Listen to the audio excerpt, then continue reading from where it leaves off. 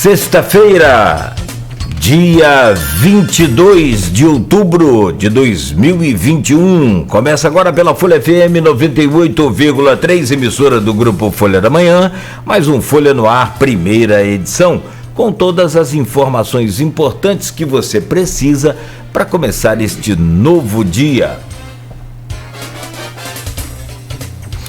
Olha, estamos ao vivo também no Face, no Instagram, no YouTube. Daqui a pouco esse programa estará editado para podcast, disponível aí em todas as plataformas, e também tem reprise deste programa logo mais na Plena TV, emissora também do Grupo Folha da Manhã de Comunicação. A previsão do tempo para hoje, segundo o Instituto Nacional de Meteorologia, é de tempo parcialmente nublado, temperatura começa a subir um pouco, não há previsão de chuva, apesar, né, de nuvens carregadas aí ao redor aqui da região toda, mas segundo o Instituto Nacional de Meteorologia, não deve chover hoje. Também no sábado a temperatura continua em elevação e no domingo a temperatura pode chegar a 33 graus de máxima. Hoje a máxima é de 25, a mínima é de 16, agora aqui no centro da cidade de Campos faz 19 graus. Olha, como nós havíamos anunciado ontem, anunciamos também nos nossos canais de mídia sociais e de mídias sociais, né? E também no portal Folha 1, lá no blog Opiniões do Aloysio Abreu Barbosa. A entrevista hoje ao vivo seria com o deputado federal licenciado para ocupar a Secretaria Estadual de Projetos e Ações Estratégicas de São Paulo, né, o Rodrigo Maia. Fizemos todos os procedimentos, né, fizemos todos os testes, confirmamos tudo, mas infelizmente uma agenda para uma reunião com investidores estrangeiros, né, não permitiu que o Rodrigo estivesse aqui conosco nesta manhã.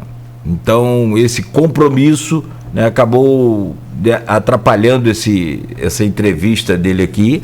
O que ficou acertado é que remarcaremos uma nova data e, né, manteremos aí, evidentemente, que o contato para que a gente possa estar recebendo aqui o deputado federal licenciado, hoje secretário de Estado de São Paulo, né, de Projetos e Ações Estratégicas, né, para uma entrevista então. O interessante é que essa coisa de entrevista ao vivo, ela é assim, nem a gente sabe se a gente vai estar aqui amanhã, quer dizer, nem logo mais meio-dia, daqui a pouco, a gente não sabe, né?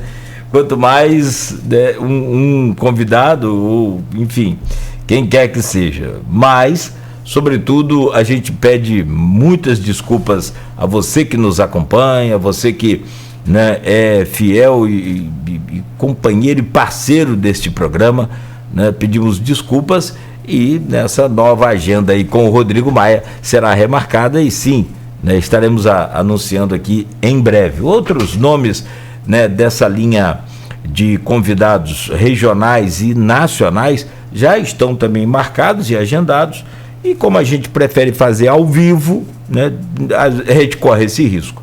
Então, né, que você nos perdoe, espero que você entenda, né, e vamos manter, evidentemente, que sempre esse nível e essa linha de trabalho. O programa de hoje conta com o Arnaldo Neto já conectado conosco, o Aloysio Abreu Barbosa daqui a pouco estará conosco também, e nós vamos fazer uma espécie de balanço, vamos fazer várias análises de assuntos importantes, tanto de Campos, da região, como também do cenário nacional. Vamos falar sobre as contas do Rafael, que foram reprovadas aí pelo Tribunal de Contas do Estado do Rio de Janeiro. as câmaras de Campos e São João da Barra, e também com crítica a Carla Machado, né, inclusive vereador da base lá, e o Arnaldo está muito por dentro disso, vai falar também. A situação da Câmara aqui em Campos, onde, né, a gente teve aí um começo com o Vladimir chegando a ter 23 vereadores, agora pode ter 14, caindo para 11, mas como foi dito ali no ponto final, não se sabe nem se esses 11 estão certos. Então é muito assunto para a gente analisar, debater e comentar, né? Não é torcida, veja bem, as pessoas muitas vezes confundem isso, né? Porque é torcida para A ou para B, é comentários, análises, né, baseadas nas informações de fato. Também a CPI da Covid, o furo de teto para o Auxílio Brasil, né, que foi ontem um assunto quente em toda a imprensa internacional também, né? Bolsonaro fez a sua live de quinta, logo de quinta, né? E aí cabe até aquele trocadilho de quinta categoria, mas não é, ele é o presidente da República, eu tô brincando, mas ele comentou que o mercado fica nervosinho, né, quando fura o teto. Enfim, o dólar foi para 5,66, houve uma debandada da equipe de Paulo Guedes, coisa complicada hoje a situação na economia brasileira. E ainda vamos falar das eleições 2022. Seja bem-vindo, seja bem-vinda. Este é o nosso Folha no Ar, primeira edição desta sexta-feira, que tem o patrocínio dos laboratórios Plínio Bacelar, Proteus Serviços de Saúde e Medicina Ocupacional, com a qualidade certificada ISO 9001-2015, e Unimed Campos, cuidar de você. Esse é o plano. Vamos às manchetes de hoje, do portal folha1.com.br, que você também confere aí, né, com exclusividade e com acesso gratuito. Firjan aponta Campos com quinta pior gestão fiscal do Rio de Janeiro em 2020. Por outro lado, São João da Barra e Macaé tiveram as melhores avaliações da região norte fluminense. Morador de Atafona é encontrado perdido no Rio de Janeiro após 12 dias. Juvecildo Alves foi encontrado por acaso por um sanjoanense. Também o Arnaldo conta pra gente essa história aí. Prefeitura e MP assinam TAC para avanço do ensino híbrido. 70 unidades estarão funcionando no ensino híbrido, isso na rede municipal, porque na estadual volta todo mundo segunda-feira. Olha aí que coisa espetacular de confusão. Casal é feito refém em assalto à residência e 16 mil são roubados. Já em São João da Barra, a casa de um idoso foi invadida e bandidos levaram 17 mil. Secretários de Paulo Guedes pedem exoneração do governo. A baixa na pasta acontece após tentativa do governo de ultrapassar o teto de gastos em 2022. E ainda, homem acusado da morte de vereador de Magé é preso em Macaé. Segundo as investigações, o criminoso era suplente da vítima na Câmara. Campos registra mais 3 óbitos por Covid. O município contabiliza agora 1.707 mortes pelo vírus. E ainda, mais 9.222 doses da Pfizer chegaram a Campos para a continuidade da vacinação. Novo lote foi entregue no 8º BPM na noite desta quarta-feira. Vagas para agendamento online da vacina noturna seguem também abertas. Dose de reforço para pessoas com mais de 60 anos nesta sexta-feira. Unidades seguem aplicando a segunda dose conforme a data de convocação. E fechando, ex-governador Luiz Fernando Pezão retira a tornozeleira eletrônica. Em junho deste ano, o ex-governador foi condenado a 98 anos de prisão por corrupção. Ele disse nesse programa aqui que é absolutamente inocente e vai provar isso. O Arnaldo estava na bancada nesse dia e, aliás, foi a convite do Arnaldo que ele veio.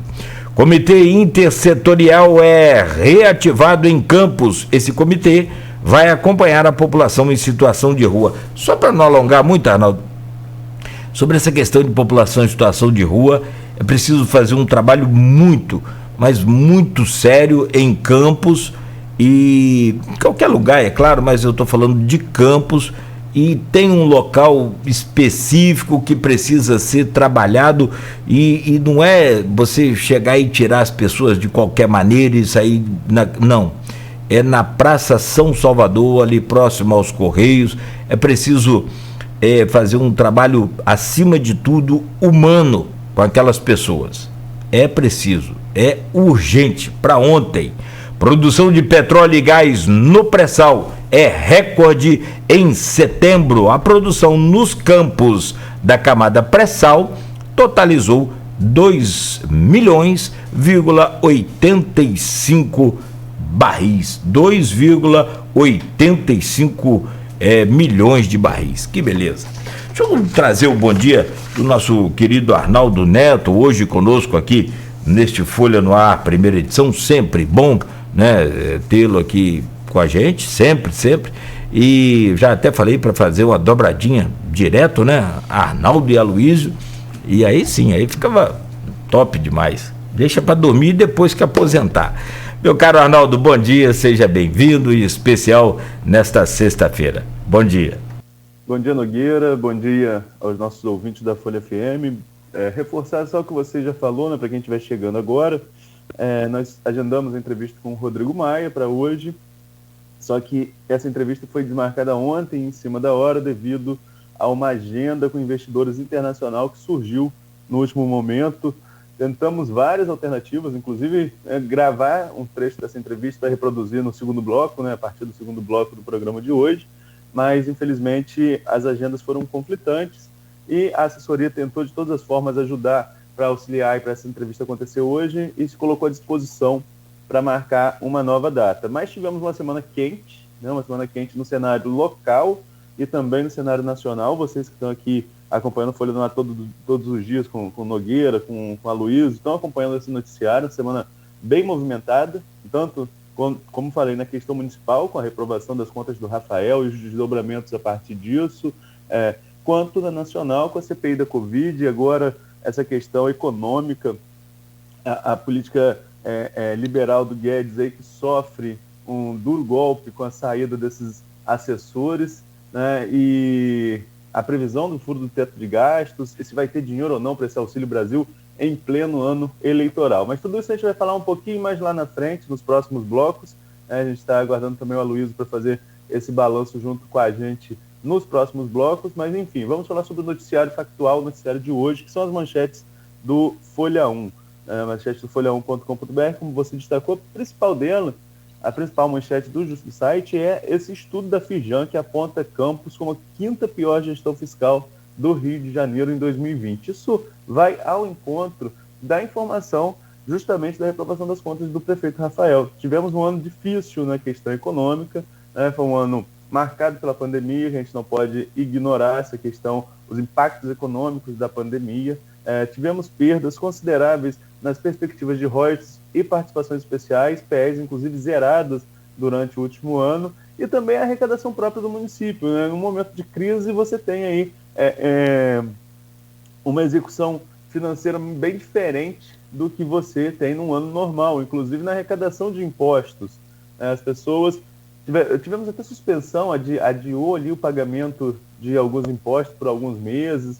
Claro que tudo isso influencia na gestão fiscal de um município. Chama atenção esse estudo que aponta São João da Barra como um dos melhores municípios da região em 2020 na gestão fiscal. Aí vale destacar que, ao contrário de Campos, São João tem uma arrecadação própria do Porto do Açu, que é crescente, e esse ano está crescendo muito mais. Outro ponto que a gente vai abordar lá na frente quando falar da semana em relação a São João em relação ao que aconteceu em São João da Barra, que vem acontecendo em São João. Ontem vocês receberam aqui meu conterrâneo Danilo, que hoje está lá em Santa Catarina, mas estudo bastante, fala bastante sobre a questão de São João da Barra, acompanha bastante São João da Barra, foi candidato a vereador, bem mais jovem que eu, mas já está aí, né, há um tempo também figurando lá na situação política. Enfim, mas São João da Barra que aparece aí como o melhor município da região. E tem municípios que nem esses dados apresentaram a Firjan. Então, assim, também é o quinto pior entre os 77 que apresentaram, né? Se fosse atenuar um pouquinho a situação de Campos. Não são entre os 91 municípios do estado do Rio de Janeiro. Então, assim, são entre os 77 que apresentaram. Mas isso, como eu falei, só reforça que foi um ano economicamente difícil para o município. Não tem dúvida quanto a isso. Campos sofreu muito com os impactos da pandemia, como o mundo inteiro, mas sofreu um pouco mais difícil na questão de royalties e participações especiais, que ainda são as principais receitas do município. Não tem dúvida quanto a isso, né? A arrecadação própria de Campos é muito aquém em relação à questão de royalties e participações especiais. Vai passando rapidamente por outras notícias, Nogueira, já que essa questão fiscal, essa questão financeira, econômica, a gente vai abordar tanto no âmbito local quanto no âmbito nacional nos próximos blocos. Passando aí, você destacou o morador de Atafona, que foi encontrado, né, após 12 dias. A irmã dele, que estava fazendo aí esse movimento de busca pelo irmão. A história, pelo que eu li aqui, a Lúcia, a pessoa que eu conheço, ela até entrou em contato comigo no feriado 12 de outubro, desesperada, procurando pelo irmão, pedindo ajuda para divulgar na imprensa, inclusive para ter acesso às imagens da câmera de segurança da empresa em que ele viajou do Espírito Santo para cá, para Campos, né, e não conseguiu acesso, não estava conseguindo acesso a essas imagens. Né? A empresa disse que não teria e que a Codenca também não teria como disponibilizar essas imagens ali do Shopping Estrada. A situação muito, muito estranha, muito estranha. E aí a história, como eu falei, ainda um pouco mal contada do que realmente aconteceu. Acho que é ele que vai esclarecer a ela essa questão familiar, isso não interessa às outras pessoas. O importante é que foi encontrado com vida, encontrado bem, né? Mas ele foi encontrado na capital, no Rio de Janeiro, ali perto do INCA, e foi encontrado por um motorista de ambulância de São João da Barra, né, que foi levar pacientes para tratamento no INCA, e eles se reconheceram ali. Isso aconteceu, um outro sanjoanense. E olha que o Rio, embora, né, eu gosto muito de ir ao Rio, a gente sempre encontra alguém de São João da Barra em algum lugar. Né? Uma vez eu cheguei ao Rio quase 11 horas da noite, cheguei a Lapa. Quando eu desci naquele posto que tem ali na Lapa, ali, quando eu desço, dou de cara na mesa com o São Joanense. Outra vez para o Rio, quando chego à rodoviária para comprar passagem, na minha frente é o São Joanense. Né? E cidade pequena a gente acaba quase conhecendo todo mundo, né? Mesmo que não tenha tanto contato, mas sabe quem é, né? Sabe que é da cidade, enfim. Então ali na praça eles se reconheceram, né? E ele ia voltar junto com esses pacientes, ele ia voltar para Atafona e aí sim esclarecer o que aconteceu. Mas ele tem... Infelizmente... desculpa, Arnaldo. Não, ele tem algum problema mental, algum... Nogueira, eu não tenho essa informação. Não tem essa notícia. Não tem essa informação. Como eu falei, a gente acaba conhecendo muitas pessoas de vista. Né? Eu sei quem já ouvi, mas não tem essa informação em relação à situação dele. Mas só ele que vai esclarecer realmente o que aconteceu. E a família, principalmente, precisa saber o que aconteceu. Você falava aí também sobre essa questão do ensino, né? Essa questão do ensino em Campos, a prefeitura... Posso te fazer uma pergunta? Desculpa, estou te atrapalhando aí, mas me perdoe. Me fizeram uma pergunta, eu achei interessante. Lembra que nós entrevistamos aqui o presidente do Goitacás? Sim. Aí nós falamos, presidente, mas não pode colocar um público e tal. Ele falou... Lá no Rio já tem, ele falou, depende de cada prefeitura. Perfeito. A pessoa chegou para mim e falou, Cláudio, as aulas vão voltar segunda-feira? Eu falei, do estado, da rede pública estadual. Mas vão voltar em Campos? Eu falei, por quê? Não, porque em Campos está proibida a aula presencial na rede municipal e vai permitir na rede estadual. Não é o município que decide. Falei, rapaz, você não complica a minha cabeça não, porque o negócio já está difícil demais. Manda quem pode, obedece quem tem juízo. Vamos voltar às aulas, porque é o que a gente está precisando, né? Perdemos muito tempo, mas o tempo a gente recupera a vida, não, isso é fato, né? Agora, essa pergunta eu vou repassar para você, Arnaldo. Olha, Nogueira, em tese, cabe ao município a decisão. Né? Em tese, cabe ao município a decisão, mas é uma coisa que a gente precisa, inclusive, averiguar. Né? A dúvida é pertinente, a gente precisa averiguar, porque existe uma outra questão aí. No caso da educação infantil, você tem crianças que não foram vacinadas. Na educação do Estado, normalmente o Estado fica com o segundo segmento, com parte do segundo segmento do ensino fundamental, a maioria já está com o governo municipal. O segundo segmento do ensino fundamental é do 6º ao 9º ano, ou antiga 5ª ou 8ª série, digamos assim. E o Estado tem como competência, de maneira geral, aí sim o ensino médio. O ensino médio é de competência do Estado, que já são adolescentes também na faixa de 14 anos, acima de 14 anos normalmente, são os adolescentes que estão no ensino médio.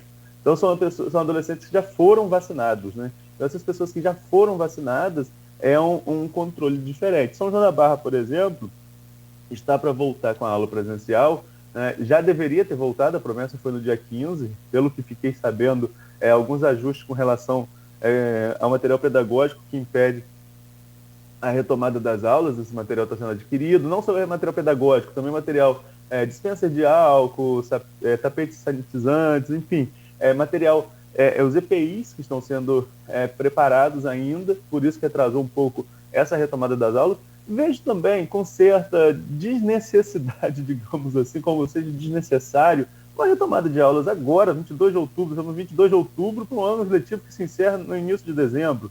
Não vai recuperar o ano perdido, né? Esse um mês não vai recuperar esse ano perdido. Então, não sei se essa corrida para voltar à sala de aula agora é algo extremamente necessário. E aí é uma avaliação particular. Claro que cada um sabe onde o calo aperta, os pais sabem a dificuldade que passam. Ontem eu vi uma matéria na InterTV sobre a evasão escolar a partir dessa questão da pandemia, sobretudo porque muitos alunos não têm acesso à internet ou um acesso precário, porque sobretudo com o advento da pandemia e com a crise gerada a partir dela, algumas famílias perderam ali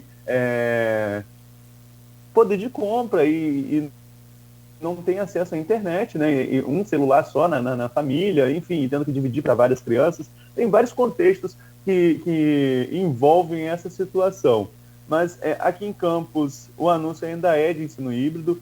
Há um desejo do secretário Marcelo Feres de reabrir todas as unidades escolares, sim, e esse planejamento está sendo discutido com os diretores de escola, inclusive de reabrir todas as escolas para o próximo ano, em fevereiro, todas as escolas funcionando, não tem, inclusive as que ainda estiverem precisando de algum reparo, que isso seja feito durante o ano letivo, o próximo ano letivo, mas importante nesse planejamento que está sendo discutido, né, que a gente ouviu algumas pessoas falando sobre isso, nesse planejamento que está sendo discutido, importante é que as escolas reabram no próximo ano, mas reabrindo com condições de receber os alunos. Então eu não vejo como extremamente necessário, e aí me perdoe todos os técnicos da área, todo mundo que está envolvido nesse projeto, também quem defende a retomada imediata das aulas, mas como profissional, inclusive, da área de educação, eu estudava, com 15 anos eu estudava no Newton Alves em Atafona, escola pública, estadual, com me orgulho muito de ter passado por escola pública,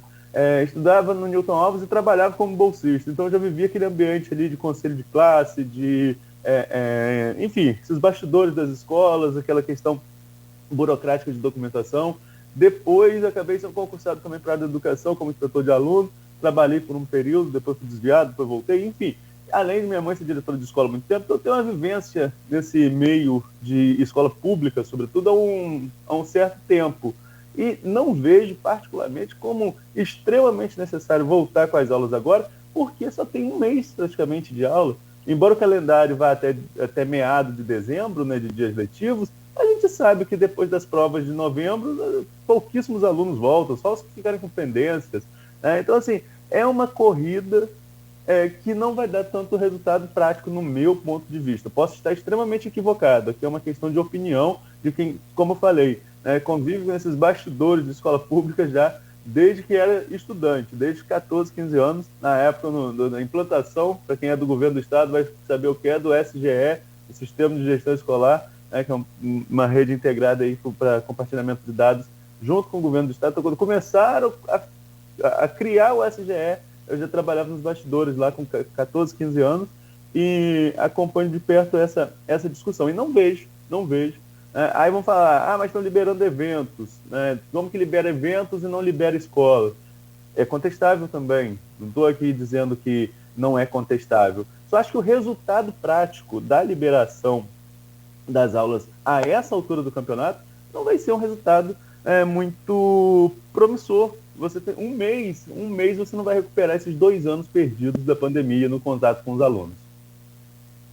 Não, eu só queria, Arnaldo, olha só, não é discordar de você, até porque eu entendo o que você falou, acho que você não está errado, só que o tamanho do prejuízo foi tão grande,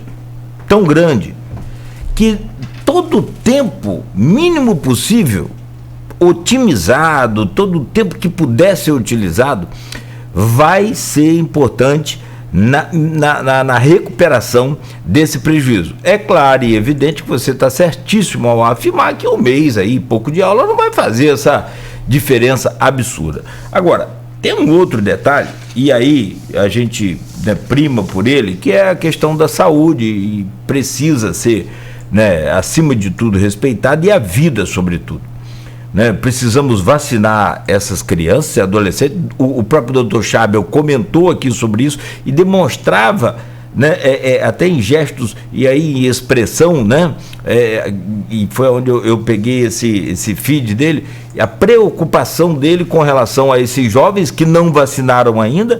E também tem alguns casos de professores e profissionais que se recusam a tomar a vacina. E aí eu não vou entrar nesse mérito, porque, sinceramente, eu não tenho mais bagagem para isso. Não dá. Gastei o que tinha, pouca que tinha. Mas o que eu quero afirmar para você é o seguinte, e aí vale muito, Arnaldo, é esse detalhe. Olha, estamos em outubro. A rede pública municipal está com boa parte do seu patrimônio deteriorado. Boa parte dele, mas muito precário, muito ruim. Inclusive teve eleição, a Justiça Eleitoral também não deu aquele boot caprichado como sempre dava, também em crise deu um boot. Trocou fechadura, trocou porta, pintou algumas escolas e tal, mas aí a falta de segurança, no outro dia, na outra semana já estava tudo arrombado, tudo quebrado, tudo que eu digo, evidentemente que eu não tenho esses dados de quantidade, mas boa parte já arrombado novamente. Então, concordo com você quando você disse que um mês não vai resolver lá a grande coisa, um mês e pouco. Então pega-se esse um mês e pouco, e injeta, o Arnaldo, toda a equipe que tem da Secretaria de Obras, as contratadas naturalmente pela licitação, essa coisa toda, para recuperar essas escolas para dia 2 de janeiro, todo mundo no ponto, preparado, com escola pintada, tudo com fechadura, tudo com cadeado, tudo com porteiro, e aí sim, com segurança, para não chegar em janeiro. Estamos em obra, vamos começar só no final de fevereiro, depois do carnaval, porque a obra atrasou. A obra sempre atrasa, você mexe numa coisa, você mexe na porta, tem que trocar a aduela toda, enfim, quem sabe, entende como é que é isso. Os diretores, então, e professores, como você, profissional também, sabe muito bem. Eu acho assim, se já não vai voltar, beleza, tudo bem, então vamos fazer um combinado aqui de acelerar a recuperação de todas as escolas que não tem, porque muitas delas hoje não tem nem condição de voltar, muito menos segunda-feira, muito menos final do mês. É isso que eu penso sobre a questão da educação. Essa questão das escolas é primordial, reparar essas unidades. Nós vamos falar das contas no próximo bloco, das contas de Rafael, e lá diz que o município no ano passado não investiu o mínimo constitucional de 25% em educação. Segundo o TCE, não houve, inclusive, esse investimento. E isso, é claro, que traz impactos. Traz impactos na questão da infraestrutura, traz impactos na questão do material pedagógico, enfim. Né? A gente não pode pensar que um governo que começou agora não tem uma continuidade do que vem acontecendo no governo anterior. Ele herda, sim, herda o que é positivo, né? Como herda o que é negativo. Claro que toda gestão, por mais criticada que seja, deixa legados positivos. Por exemplo, Campos, na questão da transparência de dados, apesar dessa avaliação negativa da Firjan, outros indicadores de transparência mostram que Campos tem um acesso melhor do que muitos municípios do estado do Rio de Janeiro, tá? Entre os 3 melhores municípios do Rio de Janeiro nessa questão de transparência. Então, de certa forma, é um legado, sim, que fica da administração. Agora, nessa questão da educação, eu só queria deixar bem claro que não é que eu seja contra a retomada das aulas. Pelo contrário, acho que já poderia ter acontecido há um tempo com responsabilidade. Como eu falava desde o início, as escolas privadas, elas têm maior facilidade de adequar os espaços, oferecer um ensino híbrido de verdade, né, que o aluno possa acompanhar, inclusive, a aula de dentro da sala de aula, ele em casa acompanhar o que está acontecendo dentro de sala, fazer um revezamento de quem está na escola e quem não está. A minha crítica é pontual ao que você mesmo colocou, a questão da escola pública que não está preparada para isso, né, não está preparada para ser retomada, e se você correr para voltar agora, você corre para um mês de aula, e é aí que eu não vejo tanto motivo para correr agora na escola pública, para ter um mês só na prática, entendeu? É só essa questão pontual, que para voltar é essencial a retomada da educação. Já poderia ter sido planejada há mais tempo, mas o que aconteceu é que os espaços de educação eles foram deteriorados durante esse período, né? Tanto de escola municipal quanto de escola estadual. Há uma diferença da rede privada, como falei, né? A rede privada conservou seu patrimônio, mas na rede municipal e estadual o que a gente vê aí são muitos exemplos de escolas deterioradas e que agora correm contra o tempo e muitas vezes sem dinheiro, né? Porque em alguns casos são as próprias escolas, no caso estadual, sobretudo, a própria unidade que faz reforma. O que Vladimir chegou a anunciar de tentar fazer isso aqui em Campos também, de descentralizar, jogar esse recurso para a escola fazer pequenas intervenções, mas eu não sei se isso avançou. Ontem eu encontrei até com o Marcelo Férez no restaurante, falei com ele, tá na hora de voltar lá para a gente conversar um pouco, né? Encontrei com ele na hora do almoço, e ele, estou à disposição, é até uma opção assim, para a gente chamar daqui a pouco, para a gente entender melhor quais são os próximos passos na educação de Campos para a retomada das aulas. Existe movimento contra e a favor da retomada, né? De um lado, sobretudo, o CEP, que se coloca contrário, de outro, nós temos, por exemplo, aqui o Sindicato dos Pais de Alunos, né? Que sempre o presidente se posiciona aqui no grupo do Opiniões e do Folha no Ar a favor da retomada. Então, existem visões distintas, isso é salutar na democracia. Agora, voltar é importante, mas não dá para voltar na Nogueira de qualquer jeito. Já tem opinião aqui, o pessoal interagindo com a gente, perguntar a Terezinha Bianchi, por exemplo, está falando aqui sobre, já avisaram as empresas de ônibus, né, sobre a volta às aulas, é aquela história, não é? Isso aí é um e olha, isso aí é um dilema antigo, essa história de ônibus e estudantes, né, Nogueira? Não, porque, sinceramente, eu sou um otimista, sou um defensor da volta às aulas, né? Temos que recuperar esse tempo perdido, a vacina está aí, quem não quiser tomar, dá licença, deixa quem tomou trabalhar, deixa quem tomou estudar, assim, vamos papo reto. Agora, para voltar com tudo sem estrutura, para jogar a coisa assim, não é de qualquer maneira, não. Né? Porque tem muita gente que defende essa história de não voltar às aulas, né? De jeito nenhum, não quer voltar às aulas, mas você vai final de semana, tá moendo em tudo que é negócio de concentração, de aglomeração e de coisa. enfim, acho que aí é assim, não dá para ter dois pesos e duas medidas. Eu não sou dois Cláudio Nogueira, eu sou o Cláudio Nogueira lá da rádio e o Cláudio Nogueira aqui de casa. Não, eu sou o mesmo. É um, acabou, até porque, meu filho, para ser um já tá difícil. Bom, meu caro Arnaldo, então, se você tiver mais algum comentário, fique à vontade, senão a gente faz um intervalo, beleza? Não, vamos ao intervalo para a gente fazer essa análise aí dessa questão das contas de Rafael, e eu trago novidades que eu nem publiquei ainda, mas vamos falar aqui no próximo bloco. A Luiz chegando agora, se você quiser cumprimentá-lo aí, mas tem novidades sobre essa questão das contas que eu deixo para o próximo bloco.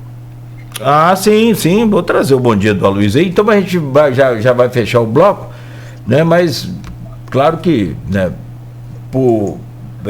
por óbvio que vou trazer aqui resolver mandar o bom dia dele aqui no programa. Já explicamos, né, desde cedo aqui a ausência, né, por demanda necessária lá de reunião com investidores internacionais em São Paulo, do deputado federal afastado para ser secretário estadual no estado de São Paulo, claro, o Rodrigo Maia, e o Aloysio, que chega também para essa conversa e faz parte dessa bancada importante hoje, onde vamos, né, analisar aqui e comentar assuntos e temas quentes e importantes sobre a nossa cidade, região e também sobre o Brasil. Aloysio, muito bom dia, seja bem-vindo aqui ao nosso Folha no Ar. Como sempre falo e sempre é verdade, é muito bom tê-lo conosco aqui nesta manhã. Bom dia. Bom dia, Nogueira, bom dia, Arnaldo, bom dia, ouvinte, telespectador do Folha no Ar. Eu acho que eu foi lá fazer uma ponte lá na reunião de Rodrigo Maia e Dória com os investidores internacionais. Acordei um pouco mais tarde hoje. Me desculpe pelo atraso, mas estamos aqui. Como diz um amigo meu, sem demanda de desculpa, sem problema. Não, bom. Se fosse para ter reunião com o investidor internacional, o Cristiano seria mais apropriado do que eu, né? Tô falando para você, o homem tá com uma disposição tremenda. Muito bom. Aliás, sempre é bom conversar com o Cristiano também. Não, é lamentar e dizer o seguinte: a gente está numa série, vou falar assim público aqui, está numa série que fez 16 entrevistas. As 16 eu agendei. A com o Rodrigo Maia foi a única que a Arnaldo agendou. E deu no que deu. Eu tô falando sério, cara. O Flamengo perdeu para o Liverpool, cada vez mais forte minha convicção, porque Arnaldo era vivo no último. Se ele fosse vivo lá em 81, o Flamengo perdia aquele título. É pé frio? Putz, grilo. Ô, meu pai, eu pensei que tinha sido ele o ganhador daquela mega, da quina da Mega Sena aqui de Campos, aqueles 86 mil. Não foi, eu fiquei só no prêmio de R$1.000 um dia aí. Porque outro dia ele já falou que ganhou. Rapaz, eu não tô ganhando nem parabéns, nem bom dia mais.